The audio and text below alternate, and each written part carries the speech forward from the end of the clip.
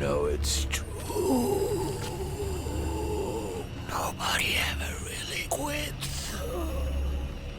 Tell me a little bit more about Dr. John Thackery and what kind of preparation did that role require? I thought it was just such a brilliant script. I got sent the first episode of the first season and I'd never read a character like it. Thought it was one of the most exciting, kind of unusual lead characters, really, very complex and, you know, a real challenge to take on because, you know, he's both brilliant but also very difficult and complex.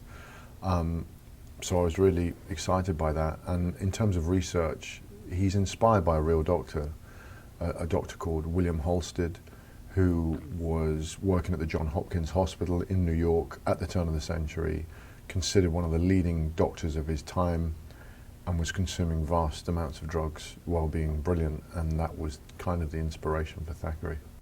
I know that you were very excited to work with Steven Soderbergh, and how was that?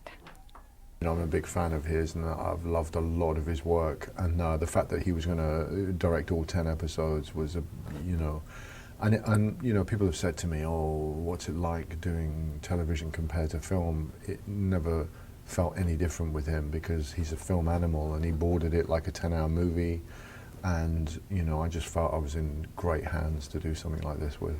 What are some of the most challenging parts about this role? Obviously you have to play a man who's very dependent on all sorts of drugs. How does that happen?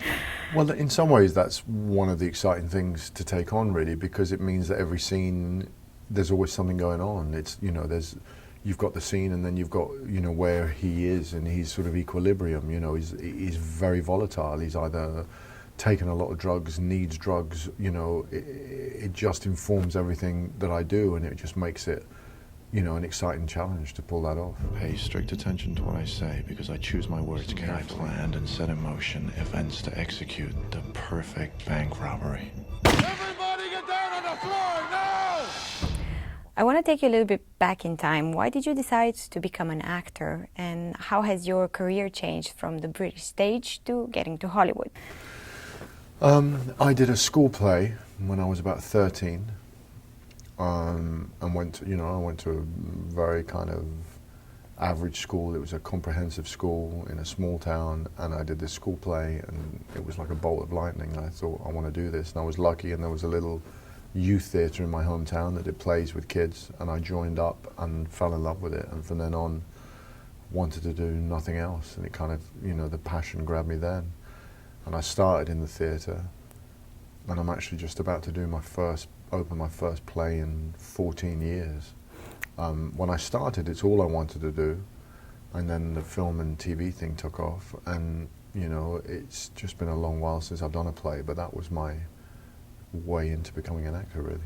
Is there still a side to show business that you would like to explore more, and you haven't done so? Perhaps directing, writing. I think about directing, yeah. I would like to do it, but it would have to be the right material, and I've yet to come across something that, you know, the rhythm for a director and an actor is so different, and you kind of have to stop the acting train for a while, and, you know, if I find the right piece of material, it's something that I'm definitely thinking about. That's the spirit. Thank you. Thank you for your honesty. Now, fuck off and die. Do you have a role that has impacted the most your career?